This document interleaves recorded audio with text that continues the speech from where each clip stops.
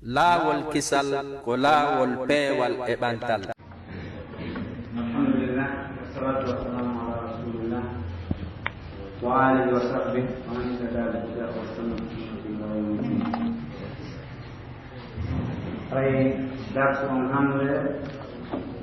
ko ad-darsul hadi wal 20 darsu no bay go abo on ko wonɗo yewtude fi alqur'anul karim. Eɗen anndi ko ka imanu bil kutubi samawiya wonɗe ko fii ka gomɗingol e nder tugalal limanu wongal yewtude ngal fi gomɗingol defte kammu yankeje ɗen ɓe tata ɗen ko kammu jippi ari e nulaaɓe ɓen. haray en yewti fi goɗɗe hande ko fii ƴellitiinde nden e majje ɗe fof woni darson ɗulle ko fii alqur'anul karim be alqur'anare teddunde. o wi ko adi kon ko taarifu ko anndingol ko hen no wiyete alqur'anul karim. o wi alqur'anul karim huwa kalamullahi ta'ala almunazzalu ala nabiyyina muhammadin sallallahu alayhi wa sallam. nde alqur'anare teddunde ko daalol allah tippinagol e o kohojo meɗen muhammad sallallahu alayhi wa sallama ko haala allah kanni kono ko jippinaka e ɗengal annabajo mo ka ari on e muɗum. wa huwa kitabullahi alkhalid, nde ɗo deftere ko deftere allah luttunde alladi khatama bihi lkutub, nde nde o timminiri deftere ko nde ɗo deftere wiyetende alqur'anul karim ko nden ɗon ɗen ombira defte jippiɗe ɗen fuu sabuna ko kayre jippi e annabajo sakkitiɗo nuleede. annabajo sakkitaɗo nuleede on ko kayre jippi e makko. joni noon deftere o arata e inde wahayu ɓaawo nden ɗon hande kadi wahayu ombama baafal ngal lanni.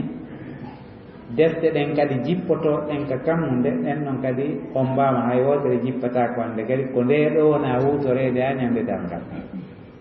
nde wonno annabajo on ko sakkitoro annabaɓe, wahayu on kadi ko sakkitorum wahayu arata hande kadi ha ñande dangal wahayu arata hande kadi. kala nodditiɗo wahayu o fenay, kala nodditiɗo wahayu o feno wahayu arata e goto ande kadi. wahayu hatti e nulaɗo on, alqur'ana hatti yani deftere hatti e alqur'ana on, annabajo hatti e nulaɗo meɗen on. kala nodditiɗo annabaku ko fenowo, kala nodditiɗo wahayu ko fenowo, kala nodditiɗo wonde deftere jippike ɓaawo alqur'ana ko fenu. deftere ala ɓaawo alqur'ana nde tawata ko jippinde. ko nde ɗo nde tawata ko nde woni sakkitorde nden ko ɗaɓɓete kon fof ha ñande dangal no e mayre. zamanu fewndiɗo o ñaama ko hato jini kon acca ka jooɗi. zamanu aroyowo on ɗon kadi ɓen ɗon kadi ñaama ko hato jini kon ko la'al acca ko lutti kon ka jooɗi. jamanu aroyowo on kadi wano noon ko ɗum waɗi mujisaji mayre o lannata ha ñande dangal. kala zamanu fewndiɗo a sikkay ko joni nde jippi. zamanu arɗo o a sikkay ko nde woni yewtude ko joni jippi. ko kayre ɗum woni nde tawata haala mayre on ko woni e mayre kon si kalima gooto fillitama nokku gooto duuɓi temedere nanɗe ɗen haɓata kayre ɗum.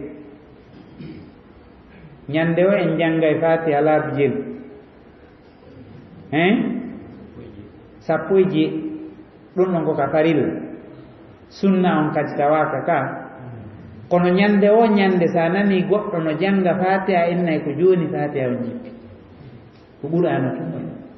ko lutti kon hoosi goɗɗo jangani en ɗo haala ñande o haala ha ñande o kanɗo en fo en haaɓa enna joni ɗaɓɓo ko woola kadi min ronkanima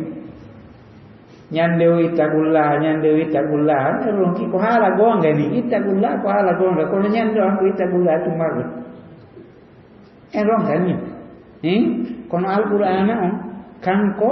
no jeeya e mujizaji makko kalima goto e makko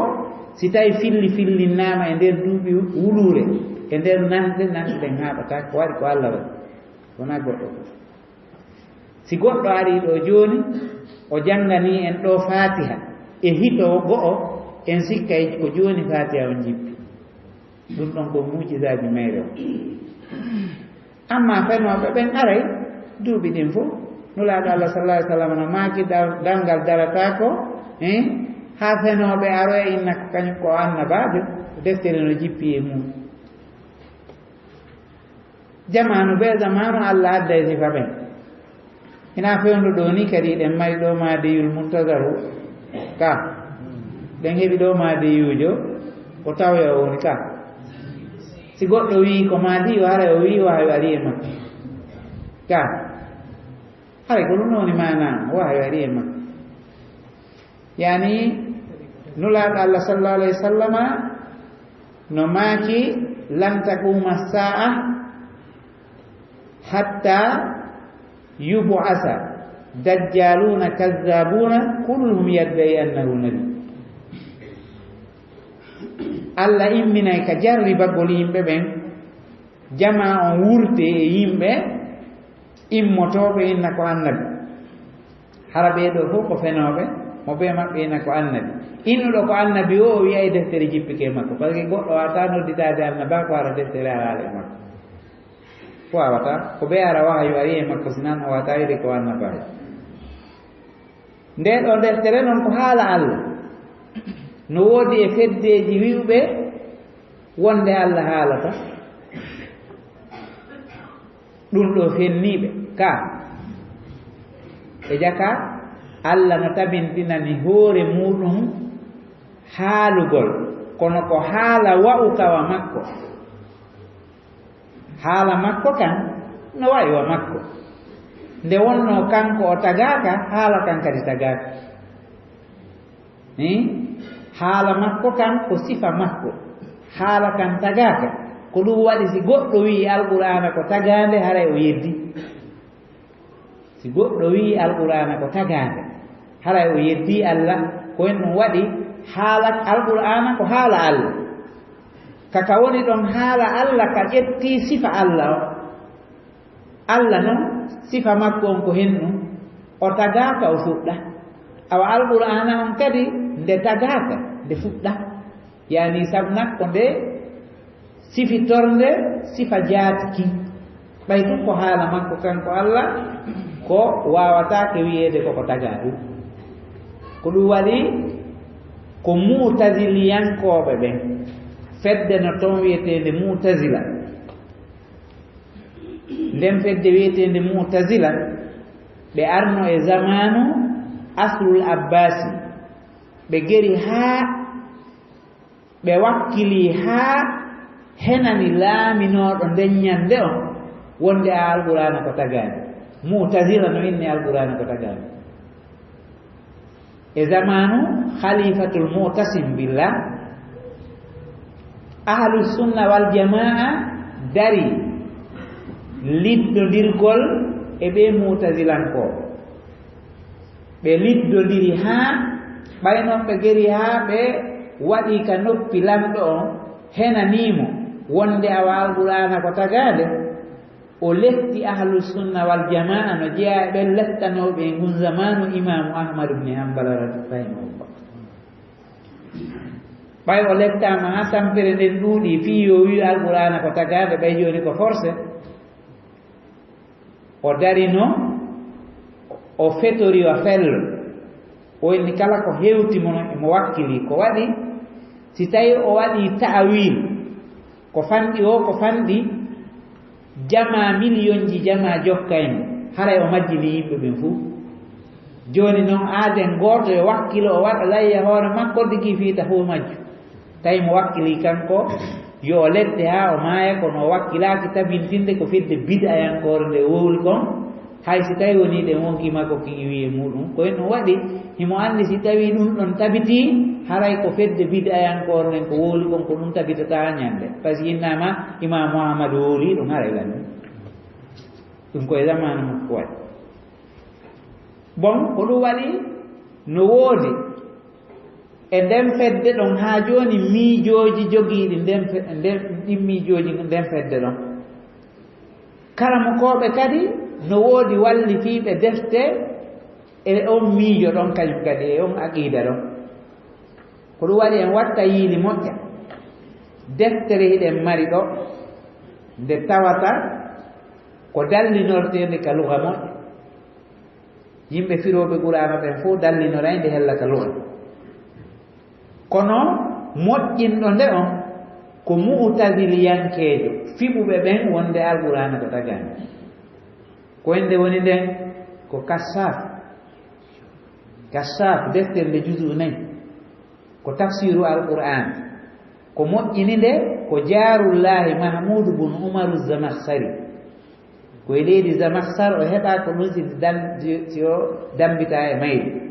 ko ɓe winimo Jarullahi o arno hoɗi moggo suudu Kaaba ɗum ɓe winimo ni Jarullahi yani o kawtiri e suudu Allah ɗum ko kawtal Allah yani kawtal suudu Allah ɗum ɓe wimo Jarullah Mahmoud bun Umaru Zamakhshari ko gandu luga molana ko yewtata kon ka tafsir hella ka luga no dallinore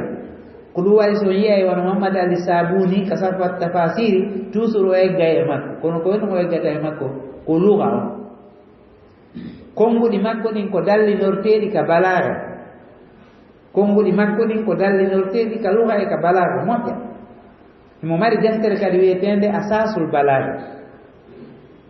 nden ɗon kadi ko ma'ani on woni nder ton kanko Jarullahi Umar Mahmoud bun Umaru Zamakhshari ka tafsiru makko yomo beereno ƴettugol aqida ko woli kon ka tafsiru makko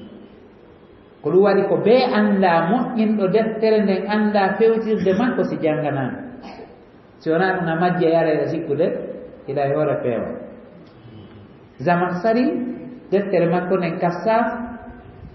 ko nde hutortende nde hawkatake kono ko ka luga tum nde hutorte nde hutortake ka aqida few mo hutorinde ka aqida o majjay ko waɗi ko aqida mu'tazila woni e nder may en faami ɗum. Kashaf li Zamakhshari nde wallitorte ka tafsiru kono aqida on layamimo ko luga on tum gollita. Bon imo mari defte goo kadi aranande ɓaawo o moƴƴinde wano Asasul Balaga o moƴƴinno kadi maqama mo mari maqama wiyetende maqamatu Zamakhshari ɗum ɗon kadi ko ka luga maqama ko luga ko woni wiyete maqama ko wiyete maqama ko udabawo en aranɓe ɓen wuruno ɓen e nder leydi Iraq ndin ɓe moƴƴinno adabu ha ɓe yaaji e mum ha ɓe moƴƴini noon ko wiyete adabul maqama ko woni no wiyete adabul maqama ko ɗum ɓe innayno ko kullu kalamin mawzunin e itamada ala saji wal jinasi tammi wal naqis ko ɗum wiyete maqama. Amma enen nde ɗen fira ɗo maqamatul hay ko wende maqamatul haadi asara darorde nden darorde hen ko ɗon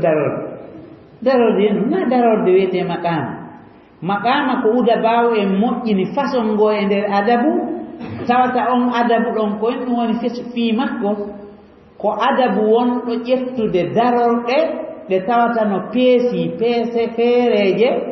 no mari ko wiyete jinas tammu e naqis hara haala kam fof ko hunde wotere sakkitori no mari saju ko wiyete saju ko hito kamburu iɗa andi kamburu ko wiyata ko ku fof ko darorde wotere. Joni noon kan haala ɗon hika mari peese ɗe tawata no yaadi ida mari saju no mari darorde wotere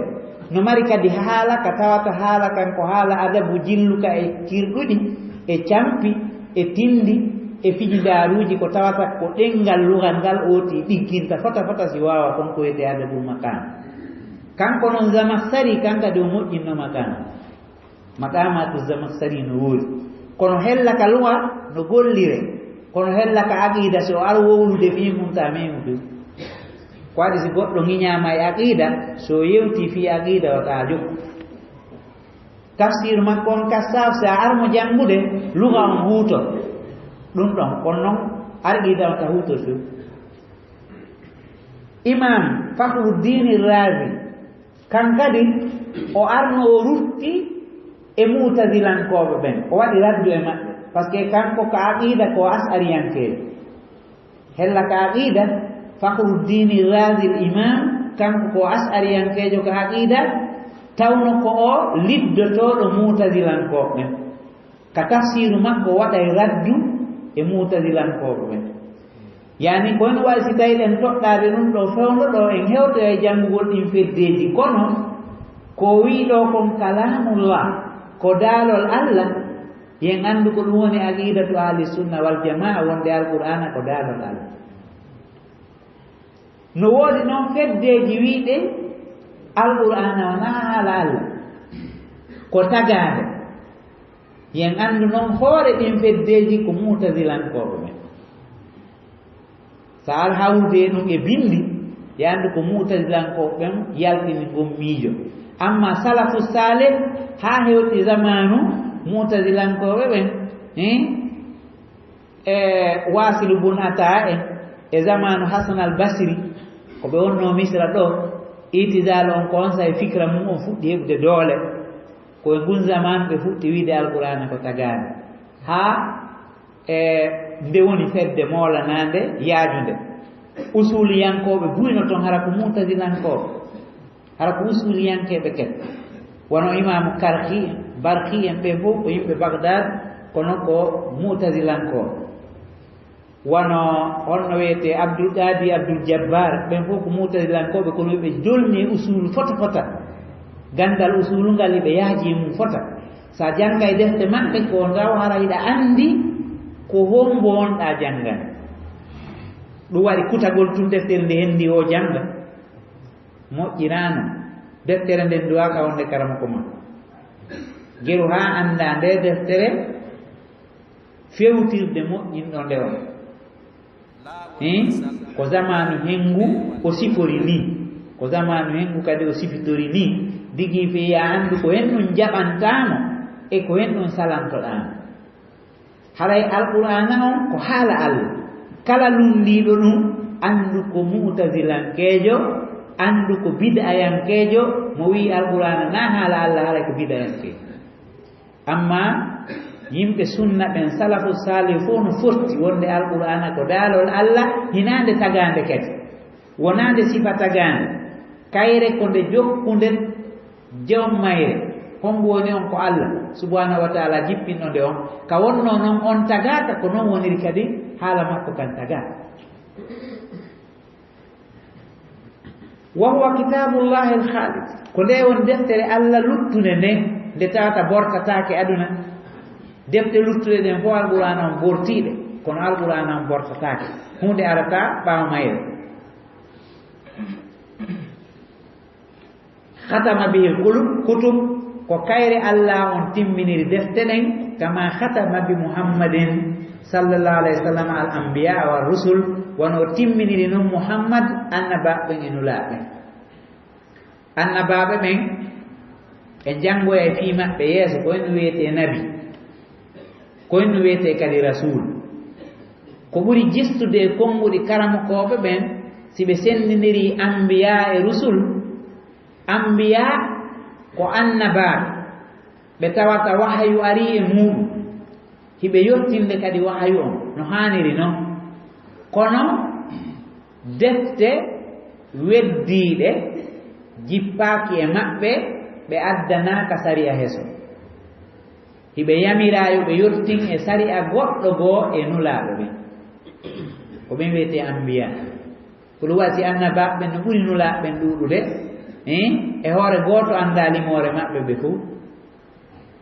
goto anda limore annabaɓe goto anda limore nulaɓe amma ko hoddeteɗo annabaɓe koɓe guruje temedere e noga e joo ana haydi ɓe wadde ɗo adaduji ko adadul ambiya adadul ambiya e goto anda sabu no Allah daali wa minhum man qasasna alayka wa minhum man lam naqsus alayka ko nulaɗo andari ko goɗɗo ande hay nulaɗo anda annabaɓe fof ko jelbu nulaɓe kadi wakko asa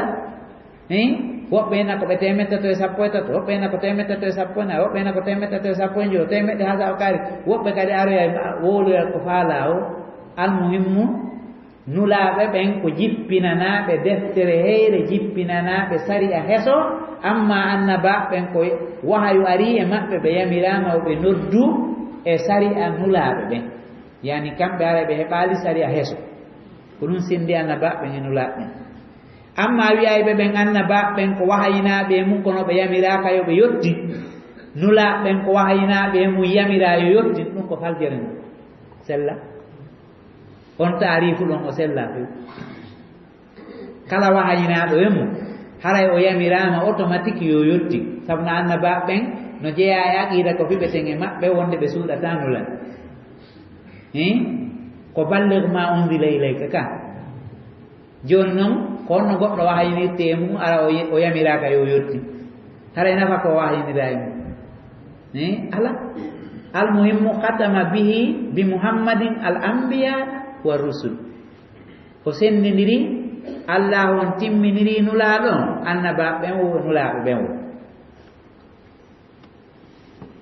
tanziluhu jippinede alqur'ana nde o wi bada nuzulul qur'an على النبي صلى الله عليه وسلم بمكة المكرمة في أول بئسته صلى الله عليه وسلم وهو في غار هراء fuɗɗi ke tippagol alqur'ana tellagol mayre fuɗɗino e nulaɗo meɗen on sallallahu alayhi wa sallama hari himo makka e nulande makko aranere nde e nokkure fammere no wi'e hira wonde e fello no wi'e jabalun nur makka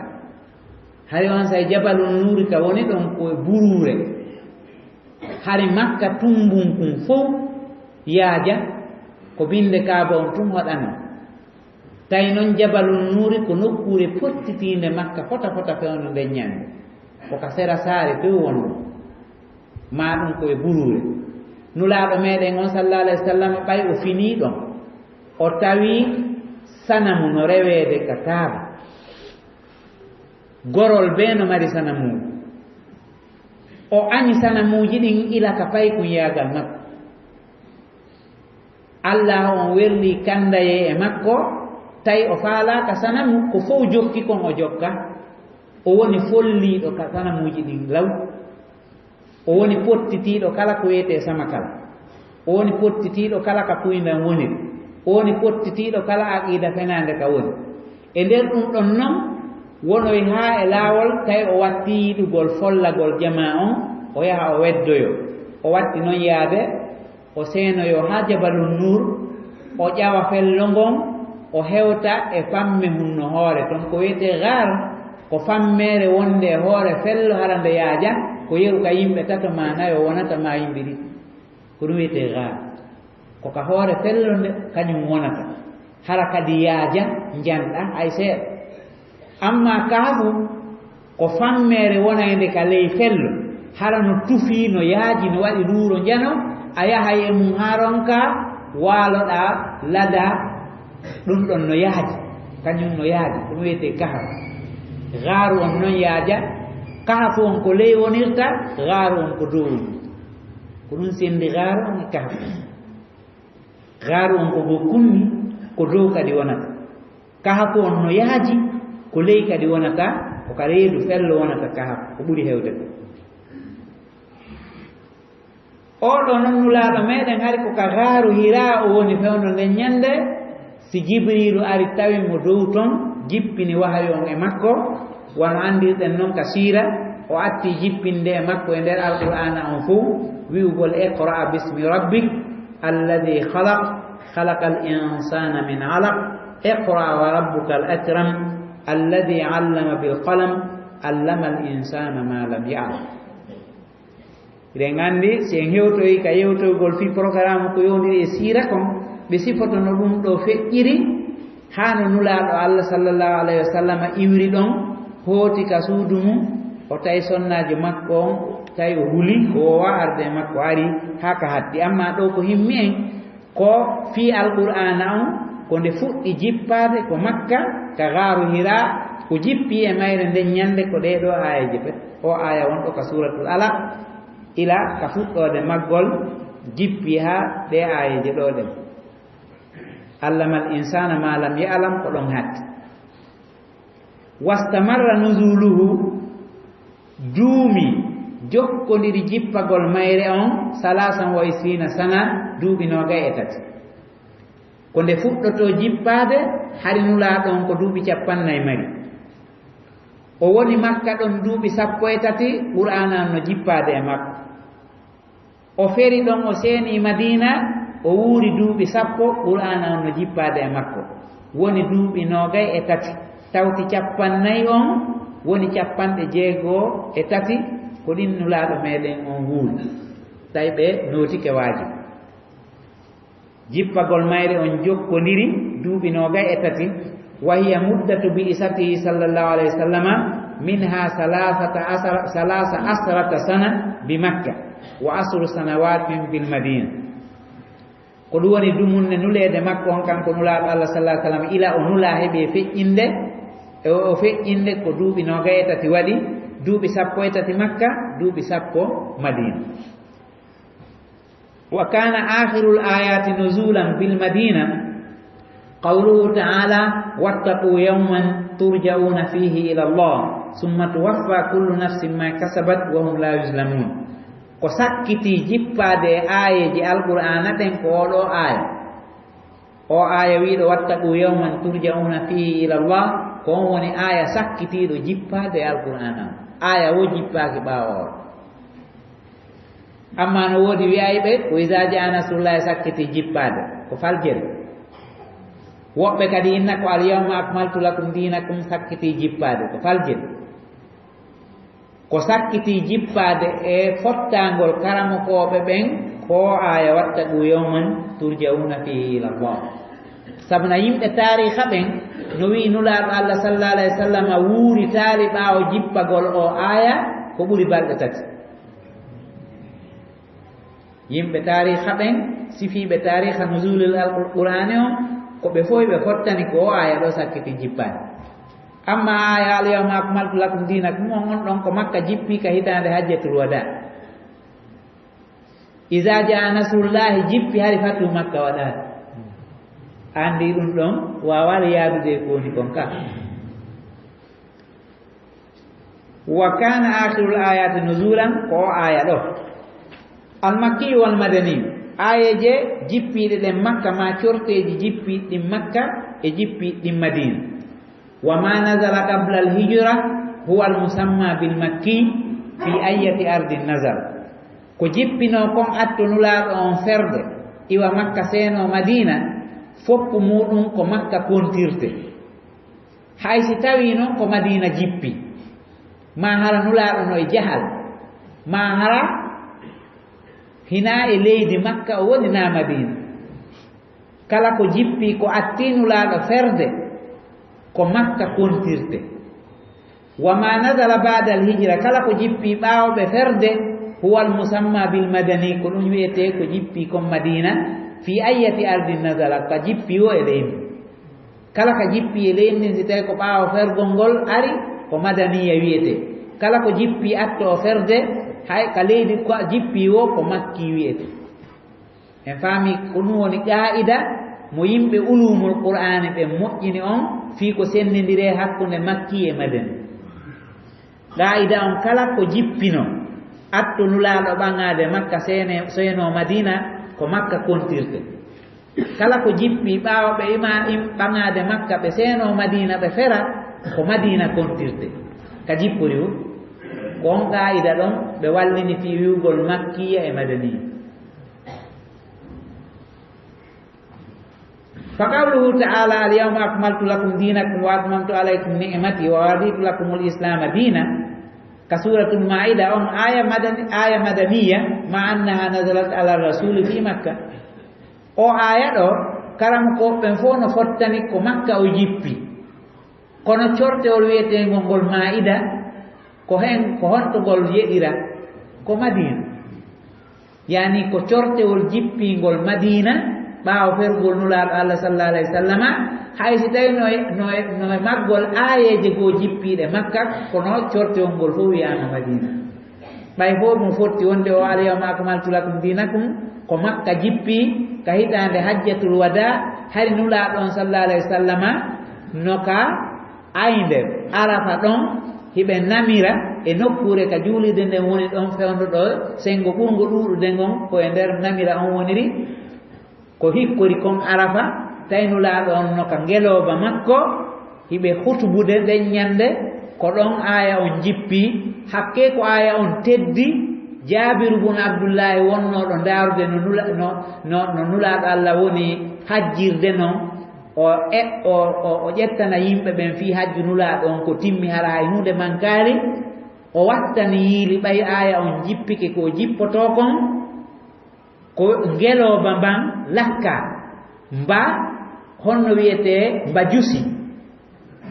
e faami sabu teddindi waayo hakke ko waayo on teddindi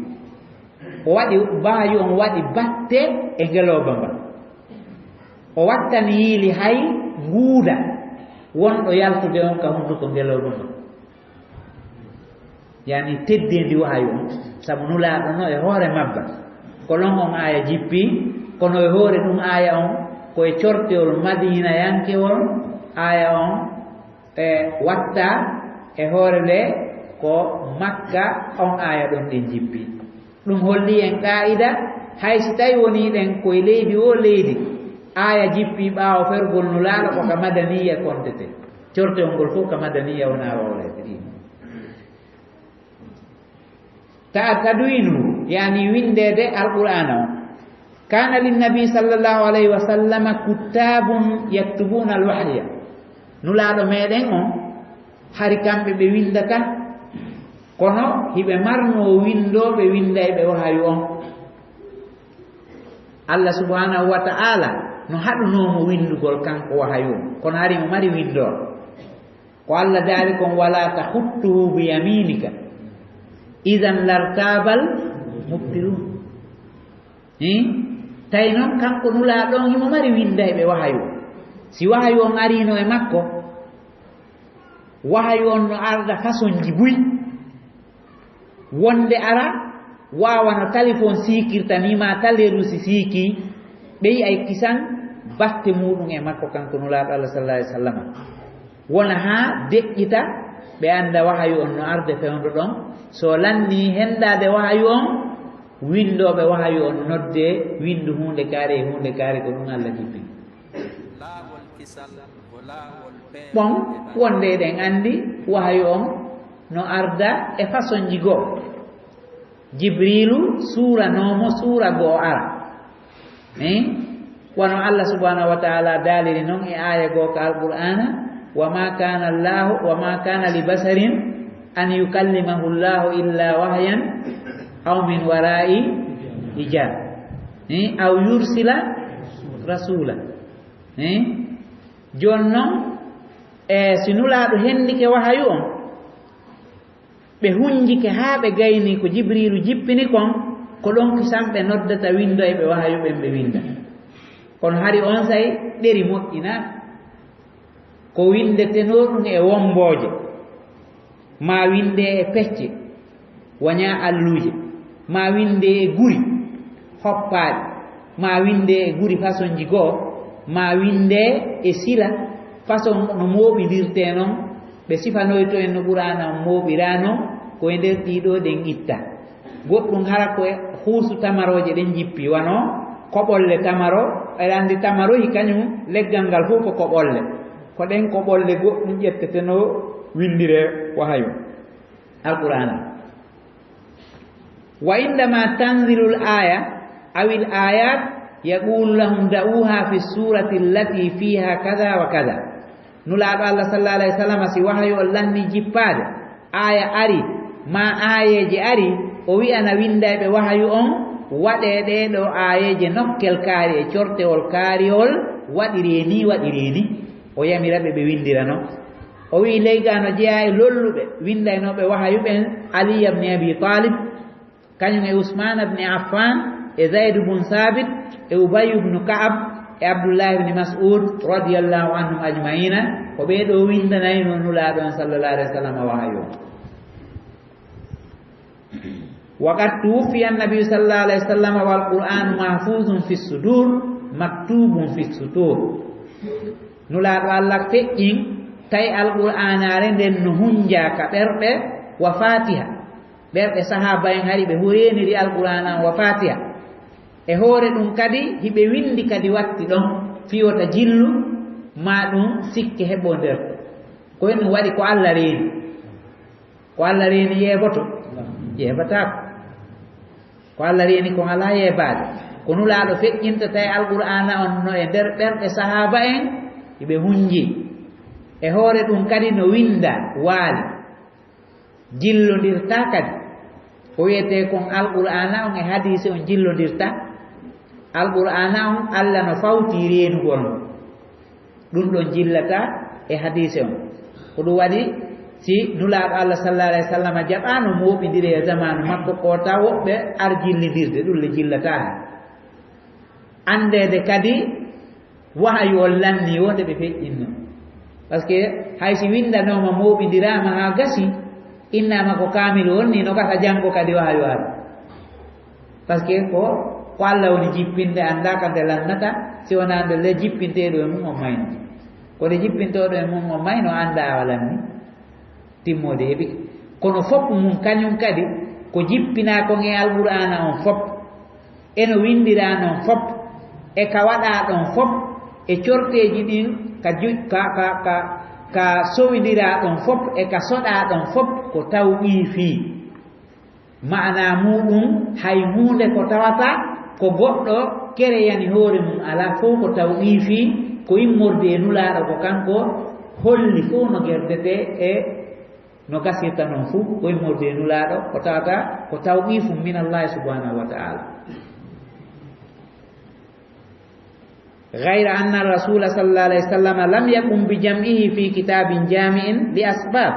nulaaɗo Allah sallallahu alaihi wasallam jaɓano moɓidirde alqur'ana on e nder deftere moɓunde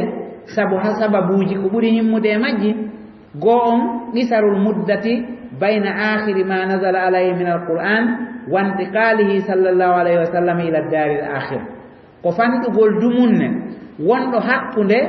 lannugol jippagol alqur'ana on e eggugol maɓɓe kamɓe nulaaɗo Allah seeno ka saare lahira. en andi o aya sakkitiɗo jippade ko balɗe tati tawi on sayi ko ɗum wiyete nulaaɗo fuɗɗike fowi andaka lanni sakko nulaaɗo Allah yamira yo moɓidiri nokku nguutu. ɗum ɗon koye ɓaawo feƴƴingol makko ɗum ɗon waɗi. saniyan ɗiɗi on e sababuji ɗin listimrari nuzulil wahay ko sabu duumagol jokkodira jippagol wahayu on wali anna tartibahu laysa ala nahwi tariqati allati unzila biha. e hoore kadi rewnidirgol alqur'anare nden wonano nde jippinirano rewnidira. fa hunaka ba'du suwari nazalat mutaakhira no ton corteji goo sakkitiɗi jippade wayya fi tartibil qur'ani mutaqaddima ka rewnidirɗon alqur'ana hara ko yeeso ɗi wontiri. wono Bakara e misal Bakara ko Madina jippi aya sakkitiɗo jippade on Madina koye suratul Bakara ti woni. kono corte on ngol wiyetengol Bakara ngol koka fuɗɗode alqur'ana ga fuɗɗode kamil ngol woni.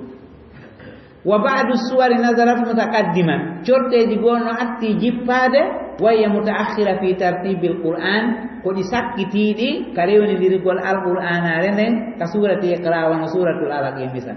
suratul Alaq aya attiɗo jippade e alqur'ana koye suratul Alaq woni kono ngol ɗon koka corteji leyji woni cortewol sakkitingol jippade ngol koka corteji dowji woni. fof muɗum ko nulaaɗo Allah sallallahu alaihi wasallam holli ɓe jooɓaniɓe no ɓe warrata o wiya waɗe aya kaarijo nokkel kaari e cortewol kaariwol fof muɗum ko wahayi fof fi affaire alqur'ana fof ko wahayi sikkitata ko ɗum si wona naafiqiijo ma ɗum geddo jamu abi bakrin lil qur'anil karim ɓay woni nulaaɗo Allah sallallahu alaihi wasallam feƴƴini golle khalifa arana on ko atti wadde ko moɓidirtugol alqur'ana falamma khalafahu abu bakr radiyallahu anhu nde lontinomo sayyidina abu bakr amara zaid ibn sabit bi jam'il mushaf fi mujalladin wahid o yamiri zaid ibn sabit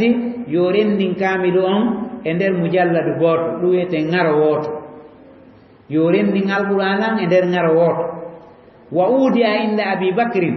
kamilu on ɓay o waɗama e nder ngaro o halfinaka sayyidina aboubacry hatta tawaffahu llahu ha o ɓurti kankati summa inda umar refti on sa o yeggina ɗon o adda kadi o halfinaka umaru fi hayati e nder gurdam makko summa inda hafsa qur'ana on kadi yeggina halfina nene hafsa ummil mu'minina radiyallahu anha sonnaɓe nulaɗo ɓen radiyallahu anha wa sababu mubasiru li jam'ihi ko en woni sabu rendingol sayyidina aboubacry alqur'ana nde waɗa ngaro woto ma hadasa fi hurubi ridda koko waɗi kon e hareji yartodingol ngol min istishadi kasirin min alqura sahindinede ko heewi e huññiɓe alqur'ana e jangoɓe alqur'ana wa awwal man tanabbaha lidhalika huwa umar bnu lkhattab radiyallahu anhu wa tamma aljambu wa lam yamdi ala wafati rasulillah sallallahu alaihi wasallam illa qurabatu sanatayn on say sayyidina umar ibn al-khattab ndaari tawi won hunjibe qur'ana ben no mayde tum no warede tum gereji din no hebade tum darinobe nodditi annaba ko wana musailamatul kazzab o hebi banu hanifa bambube mo wallitimo haabe hebi koneli taybe dartoto piro mola nango sayyidina abubakr siddiq ndaari o tay so habali beedo ko fenande woni luttude e hille ko kanko woni khalifa nulaaɗo Allah sallallahu alaihi wasallam wona yo ɓe daro ha dina kam ma ɓe dari ɓe haɓi ɓeeɗo ha musailama to halki e nder gireji ɗin ka hadiqatul mawt bon no jeeya e wonɓe sabu halkagol mo bara ibnu azib e wahasi oya mo tawno Allah waɗi e jungo makko ko woni kefeero sahindingol hamza almuhimmu ko himmi en ko ɓay ɗum ɗon waɗi yimɓe buymayi ɓe tatan hunji alqur'ana sayyidina umar ibn al-khattabi ari fewjani sayyidina aboubacry yoɓe mooɓu alqur'ana on ɓe adda hunjiɓe ɓe darta ɓe mooɓidira ko e winda kon ɓe rewnidira fof nokku ngotu fi wota yeeɓo wota hay hunde e muɗum yeeɓo ko ɗum woni sabu on تدوين القرآن في عهد عثمان واستنساخه يعني ويندغول القرآن زمان سيدنا عثمان بن عفان رضي الله عنه واستنساخه يميل غول ويندير بيندي جونغو رويته نسخ ويندغول فلما ولي عثمان رضي الله عنه كلف لجنة باي سيدنا عثمان بن عفان وني خليفة وفاوي جمع غو نسخت منه نسخا وزعها على الأمصار الإسلامية أولو لجنا كلوني بيدو سباب بتاعت حلقنا ما قلد بيدو ويندي نسخة جبوي كلوني نارو جبوي بويندي دون بسندي تيجا الإسلام دين فوق لتكون أصلا للقراء الحفاظ في يدو كاملوجي ونو laslihu jangoɓe hunjiɓe ɓen walil kuttabil mustansikhin e yo ɗum ɗo wonu lasli windoɓe eggoɓe ɓen wa an hadihi nusakh intasara alquran fi jami anha'il alam ko ɗeɗo nuskhaje ɗiɗo ngaroji ɗi sayyidina usman ibn affan rendini sendita noon e nder aduna on leydi be heɓi kamil joni noon o sifanto en ko en ɗum sendi hakkude rendingol aboubacry alqur'ana o e rendingol usmana alqur'ana ko en ɗum sendit o wi hunaka iddatu furuq bainal jam'i alladhi tamma fi ahdi Abi Bakr wal jam'i alladhi tamma fi ahdi Usman. Wono wodi ton ko sendindiri hakkunde rendinande nde Sayyidina Usman rendini nde e rendinande nde Sayyidina Abu Bakr Siddiqi rendini nde. Wazkur laka ahammu hadhihi al-furuq ko ɓurɗi himmude ɗin o ma sifanade luttuɗi ɗin a jangoyeli ka ulumul Qur'an ne wodi gandal spécial wiyetengal ulumul Qur'an. Ɗum ɗon ko fi al-Qur'an on tun jangirde fi muɗum hunjiɓe Qur'ana ɓen ɗo fof no mari madda jangeteɗo wiyeteɗo ulumul Qur'an. No ɓuri hittude e defte hewtuɗe en fi on ulumul Qur'an deftere Imam Suyuti no inne itqan fi ulumul Qur'an. Ulumul Qur'an tu woni e mayre e deftere gando mawɗo wiyetende al-Burhan li Zarakhsi Imam Zarakhsi nden ɗon kadi hewti en nden ɗon kadi no muula no sendita no jangede ko ulumul Qur'ani woni e mayre no jeeya e majje kañum kadi manahilul Qur'an li Zarqani ɗum ɗon kadi ko deftere yewtende fi ulumul Qur'ani on tum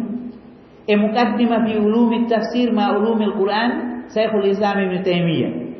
e deftere karamukojo feƴƴinɗo ñande li ɓuraali duuɓi noogay ila o feƴƴini ɗum ko Cheikh Manna Khalil al-Qattan misrijo jeyaaɗo e yimɓe jannaynooɓe Riyad Jami'atul Imam no jeyaa e ko hawni Cheikh Manna Khalil al-Qattan e Cheikh Sayyid Sabiqi ko oya maayo e talata oya maayo e alal ɓen ɗon ɗiɗo non yaade journal ji ɗin fof windi ɗum tawi ko ngalaw oɗa maayi hanke oɗa maayi hande kalali gande tun maayi nde wote tawi ɗum ko suno molanango wonande yimɓe l'islam ɓen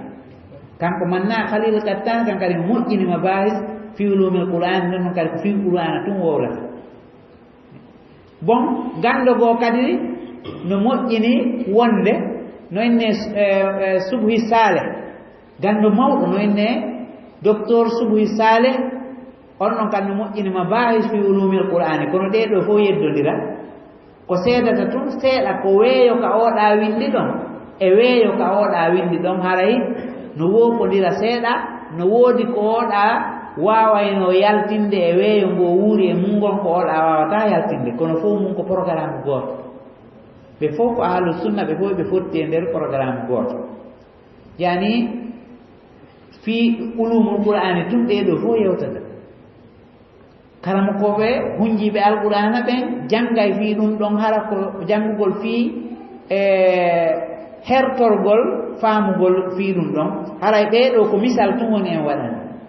ko ɗum waɗi so inni ɗo ko ahammuha ko ɓuri himmude e muɗum fi hen ɗum kanko ko fi al-Qur'ana on tun woni yewtude ɓay koye dambugal fi defte ɗen woni yewtude amma dambugal ka tata ko fi Qur'ana tun yewtete hara yaajinte koye ulumul Qur'ani on hara ɗum ɗon ɓe sifanto ooti ayeje nden no ɗe waalori noon fof e al-Qur'ana hay limoreji waɗiraɗe ɗo e waɗiraɗe ɗo fof ɓen ɗon sifoto ɓe fensita fof kadi ala akoy ɓe adda dalilaji ɗi fof o wi gogo on e ko ɓuri himmude ɗen keerule ko sendi hakkunde jammu Aboubacry e jammu Ousmane o wi goo on inna alladi hamala Aba Bakrin ala jam'ihi huwa khasiyatu daya'i shay'in minhu indama staharra al-qatlu fil qurra'i fil yaman o wi ko fawi Aboubacry waɗi ha o hittini fi momugol Qur'ana on heña heña ko hulugol wota goɗɗum yeebo e mayre hari o huli fi hen ɗum hunjiɓe Qur'ana ɓen no mayde tunga gireji joni noon wuli wargol ngol tiiɗi ha waraɓe ɓen yamama ɗuuɗi ɓeɗo faari ko ɓurra jangoɓe Qur'ana hunjiɓe al-Qur'ana ɓay ɗum ɗon ɗuuɗi ka harbul yamama hare Musailamatul Kazzab ɗum ɗon tawi wuli ha feƴƴiti wargol ɗuuɗi ha feƴƴiti on sa o tawi so moɓidirali nde fewdo ɗo ndarte piiji ɗin fof régulé haray no hulɓinita goɗɗum yeeboto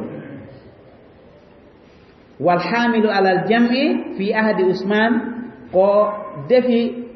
ko addi yo Sayyidina Usmana kañum kadi rendintino moɓita kadi laawol ɗiɗaɓol huwa al ikhtilafu fi qira'ati al-Qur'ani ko yeddodirgol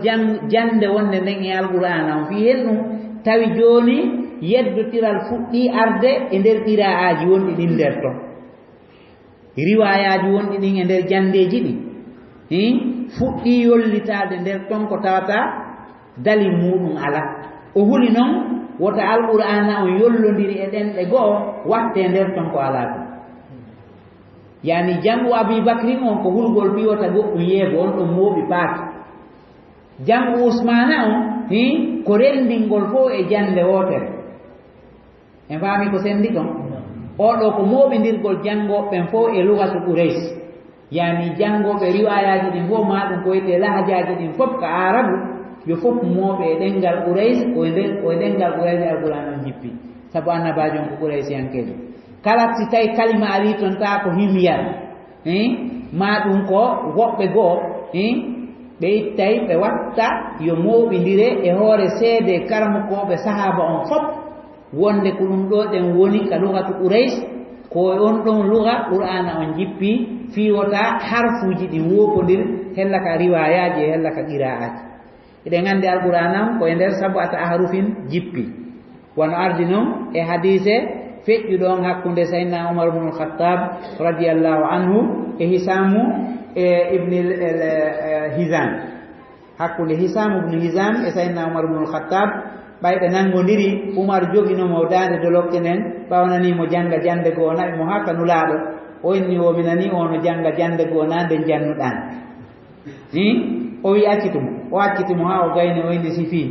o jangi ko ha o gayni nulaɗo make an kadi jangi kan kadi o jangi ha o gayni o inni awa faamu qur'ana on ko e nder sab'ata ahrufin jippi ɗi fof majji hiɗi fota sellugol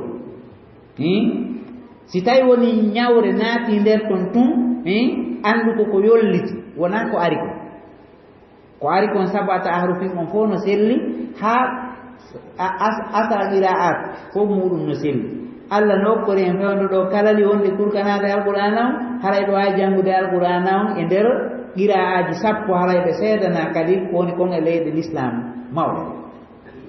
haray ko hollugol alqur'ana on hay hunde woppodiraka nder ton hay hunde ala ton sikke kono jammu Aboubacry on ko kulolota yeego mooɓi fof nokkun gootu jammu Usmana on ko yemagol ngol fiwata woppodire kaɗen ɓayde gandi lahjaji arabu ɗin no woppodira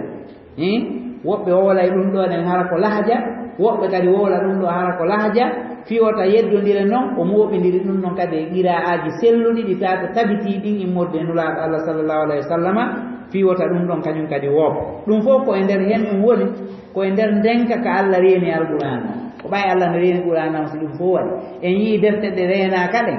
tawreta e linjila arɗo o moƴƴinana yowrum ka laamiɗo o ma heɓuɗo feere o moƴƴinana yowrum ko ɗum waɗi wano tawreta ma linjila ma ko nandi e muɗum hari Isa feƴƴino heɓi duuɓi guluje si ɓe moƴƴini ɗum hankini wano majmaw neyɗi yayi ɓen ko nde hankini ɗum waɗa honno wiyete Suisse ɗo ɓe jooɗi ɓe haldi o ɓe moƴƴiniri sifa ɗin piiji tan ɓe no wari amma ko meɗen kon ila nulaaɗo on jippinana alqur'ana on nde jannga ha ñande dalngal ko jande wotere nden wona janngede Bakara fuɗɗi naasi hadde kala ko ɓeydita toon ha ñande dalngal ɗo yo ɓeyditara e andal ɗum ko jaaɗumi mujiza alqur'ana hayso ko alif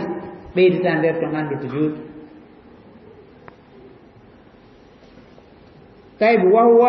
الاختلاف في قراءة القرآن والخشية من أن يقرأ على غير ما سمع من رسول الله تاي أهلي وتقول إن جنگ هلنان نالنا رون إنولا الله بعد الأرضة الأخيرة باوي بتان سكي توردن يعني يبان سكي توردن باو دون دون دن تاي أهلي وتقول جنگو كوو كندري إكوناني لا كنولا جنگ ثانيا ديديون إن الجمع الأول كان جمعا للصحف المتفرقة عند الصحابة في مصحف واحد يعني رندنا دي أرانين نفهم سيدنا أبو بكر كمو بندير قول تريلي سند تيري دين كصحابة إندر كامل غوت فيو مو بندير نوكم غوت أما الجمع الثاني أما مو بندير عند إمرنين فكان نسخا لما جمع في عهد أبي بكر كويندو غول كونكو مو بندير عند فيهم سيدنا أبو بكر كدو وارسي بويندي مصحف عثمان o sendita e cayɗen fof mushaf go naɓira Makka, nuskha go naɓira Bagdad, nuskha go naɓira Sami, nuskha go naɓira Iraq, nuskha go naɓira Yaman, nuskha go naɓira Afrique, nuskhaji ɗin sendita e nder aduna Allah on fuu. Fewndo Aboubacry ɗum waɗa ɗaɗay ko nuskha goto moɓidira oɗa noon hawtiti fof yilti sendi noon nuskhaji ɗen naɓi to ko ɗum watte si ɓe hinna mushafu Ousmane. Ha fewndo ɗo ni mushafu Ousmane on no lutti marade e miseji ɗi. Mushafu Ousmane on ha fewndo ɗo ni nder ko Qur'ana winda nuskhaji fof kono lasri on mushafu Ousmane on ha joni no e nder miseji ɗi. No gasa hara e nder leydi Turki ndin sabu laamagol maɓɓe ka dawlal Usmaniya leydi Saudi ndin ɓe ƴettuno batteji buy ɓe naɓi ka maɓɓe ton no jeeya e ko naɓa ton ko mushafu Ousmane on. Yani no e miseji leydi Turki ndin mushafu Ousmane on hara koko winda kon e zaman makko tigi ara kayoɗe. Kono si arabu ɓe inni hettay ɗum hande ko milliard ji ɓe yoɓata no gasa kadi ɓe ɗon ka hettude. Ok ko ɗum waɗi si tawi woni leydi heɓi doole ndi laamike leydi go'o no woniri wo piiji maɓɓe yeɗɗuɗi buynaɓe to. Wono hannde ni lagine ɗo tariha leydi ndin tigi mono faala hettude ɗum ko be o yaha France, sinama o wata hettude tariha leydi ndin tigi piiji buy ko windanoɓe moɓunoɓe naɓi ko eɓɓano fof ɓe moɓunoɓe naɓi. Hande si yaha yanima ɗo windugol doctorat fi lagine, ma windugol ɗo magistére fi lagine, ma windugol tour de recherche fi lagine tigi siko a heɓu ko laaɓi wona lagine ɗo heɓata be yaha France fiya ɗaɓɓitu ko woni nder ton kon yi'a kadi wawa eggude ko laaɓi koye inna ɗum ɗo ko ni e ni waɗo. Amma ɗo sa inni a jinda e ɗo ɗaɓɓita ko winda a wata heɓude ko ɓuri kon koko horta tum. Sinama joni yayo ɗo fi tariha lagine ko ɓuri kon koko farbaɓe wowlu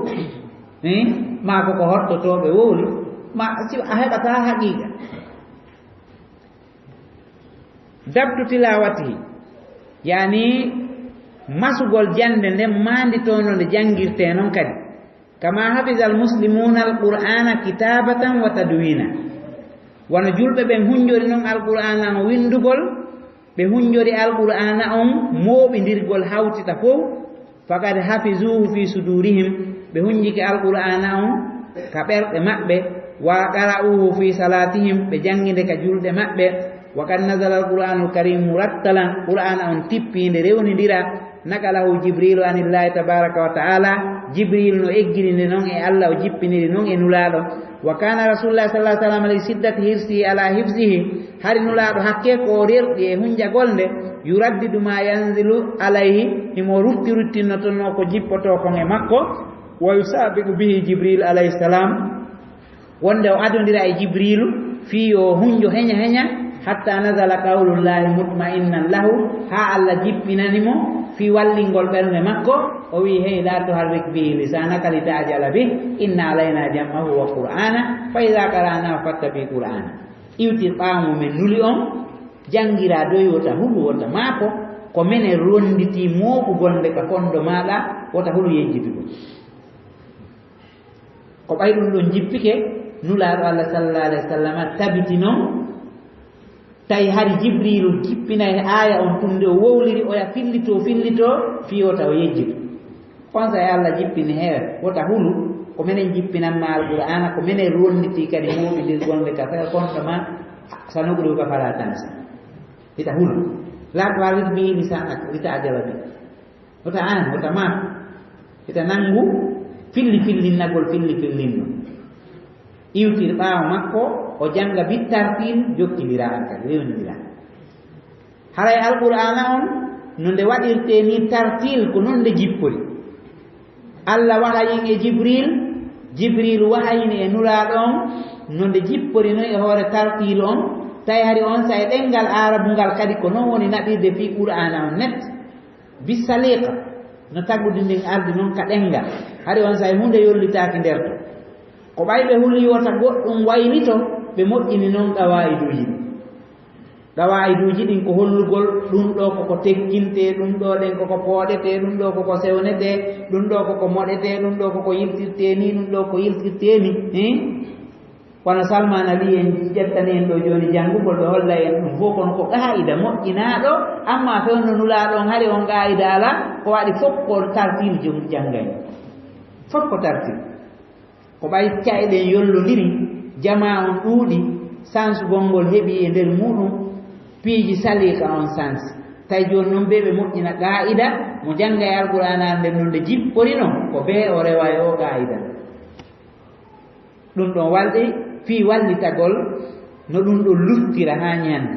si tawi no ɗin qa'idaji moƴƴinano ka holno fewnduɗo buy yejjitino node jippori non saabu waylitagol zamanuji ɗin piiji buy sansa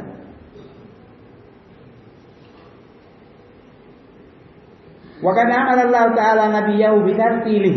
الله يمري النبي مؤمن روني قلده جانغيران الرهان جانغيران نون ترتيل بالترتيل ترتيلون كقول قول كقول تسونا كسونا ده مقايدة دي والو ينوم كنوم الله يمري نولاد يو جانغيرده ودالي ورتل القرآن ترتيلا كسورة المزمل ثم تناقله المسلمون كما سمعوه من الرسول رتي جلب بين eggi alqur'ana on ɓe jaɓɓoride no ɓe naniri noon e nulaaɗo murattalan ko nde rewnidirande ko noon ɓe naniri nulaaɗo no jangira wastakhraja alqurra'u qawaida tajwid on sa jangoɓe ɓen yaltini qa'idaji tajwid wa ahkama o e ñawore tajwid wa dawwanu zalika fi ilmi qira'at ɓe windi ɗum e gande qira'at on wa ilmi tajwid wa hadha al ilmu la yumkinu itqanuhu illa bitalaqi musafahatan wa ada'a ngal ɗo gandal wiyetengal gandal tajwid e hakamul qira'at e ko nandi e mum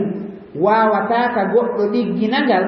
si o na hara o ƴettu e juuɗe karamu ko makko o ñembinimo no o warrata noon net hara kadi ko ɗum wiyete musafaha ko jooɗagol yeeso oya yiitere e yiitere o jentomo o totta kan kadi o fillito ko oya wowi kon amma hortagol gasasayi ko ɗum waɗi goɗɗo jannata hoore mum ɗin piiji ko ɓe o jooɗo yeeso jannowo on jannga o jento araka nanɗe makko o fillito kadi oya wurtanamo haa nannga o heɓa laawol ngol amma jooɗagol tun inna ƴanngira e ƴoyre ɗum marsata e jannge katra noon ɗi qa'idaji be ƴettanaaɗi karamu ko o jannga nana bil musafa o longine tondu e tondu hunduko e hunduko gite e gite nanɗe e nanɗe yiltoɗa kadi fillitoɗa ko wi kon o wattane kadi hande noon nde wonno aalaji ɗin no woodi hiɗa wawi jooɗade ɗo ɓe joɗɗina ɗo machine hum goɗɗo jooɗo jidda e nder kibarul qurra o janga toon janga ɗo ɗen o janne bil musafa hara ko ka machine hakke ko Allah newini ɗi alqur'ana ko kanko daali wala kad yassarna alqur'ana li zicre Allah ñande o no newinde fi mayre e mo reenude nde kadi e machine arɗo e zamanu ha ñande darga ɗum fof ko mujizaji mayre wal muslimuna al yawm julɓe ɓen hande ka fewniɗo ala ihtilafi alsinatihim wa alwanihim wa buldanihim e hoore ko ɗenɗe maɓɓe ɗen wopodiri kon e ko noneji maɓɓe ɗin ka mbaadiji wopodiri kon e ka couleur ji e ko leyɗe ɗen wopodiri kon ɓe fof maɓɓe yaqra'una alqur'ana bi ada'in wahidin ɓe fof ɓe janngude alqur'ana e hoore tottande wootere janngayɓe warsi ɓen fof ko tottande wootere janngayɓe hafsi ɓen fof ko tottande wootere janngayɓe qaruna ɓen fof ko tottande wootere leyɗe anna on fof ko tottande wootere woni janngude alqur'ana ka yaaɗa e aduna on wo si goɗɗo yalti ɗo janngugol alqur'ana ko ma o jannga e riwayatu hafsi ma o jannga e riwayatu warsi ma o jannga e riwayatu qaruna kono ɓe fof ndaarti tawi ko tottande wootere ɓe woni janngude koɓe wopondirta ko welugol ɗengal e ɗiggingol e anndugol no yaara kono si goɗɗo janngi konakiri ɗo haa o ɗiggini o yahi o fotti e jannguɗo makka haa o ɗiggini si ɓen ɗon ɗiɗo janngiɓe fof hafsi a tawi ko tottande wootere ɓe totta musabakaji ɗin no holli ɗen e nder aduna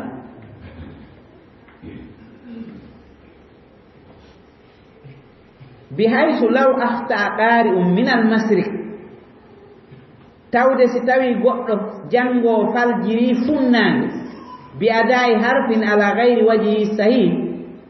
addugol halfere tottande hara nano selliri non o tottirinde la raddahu ila sawabi man fil masriqi ruttaymo e sawaba on wonɗo e funnange awil magribi ma wonɗo hirnange ala sawa'i ɓe fof mum maɓɓe hara koye hoore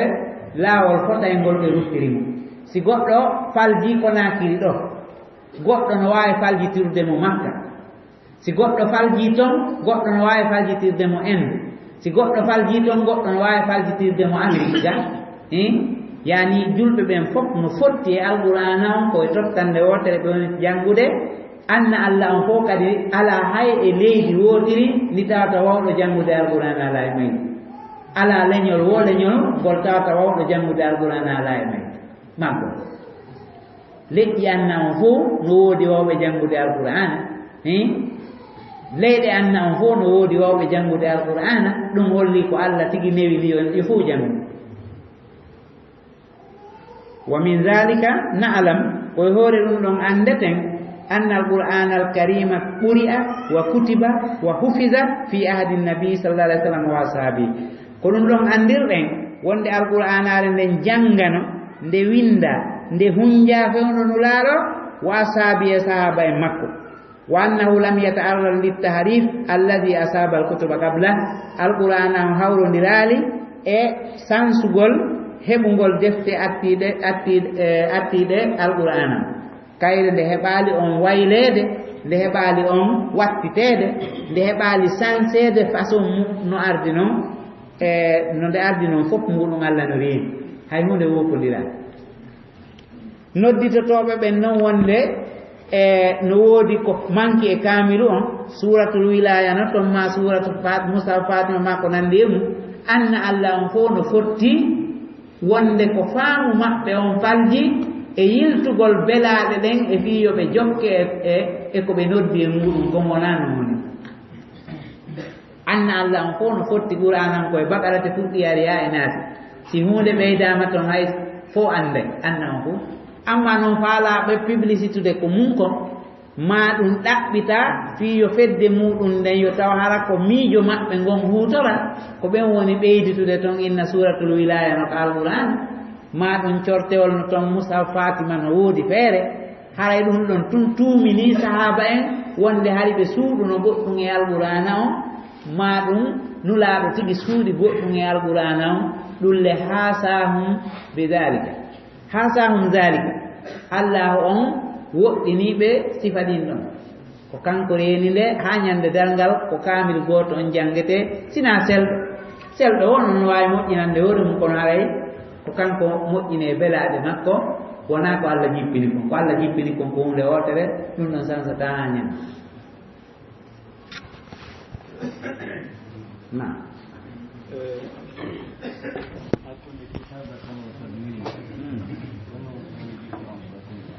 kitabam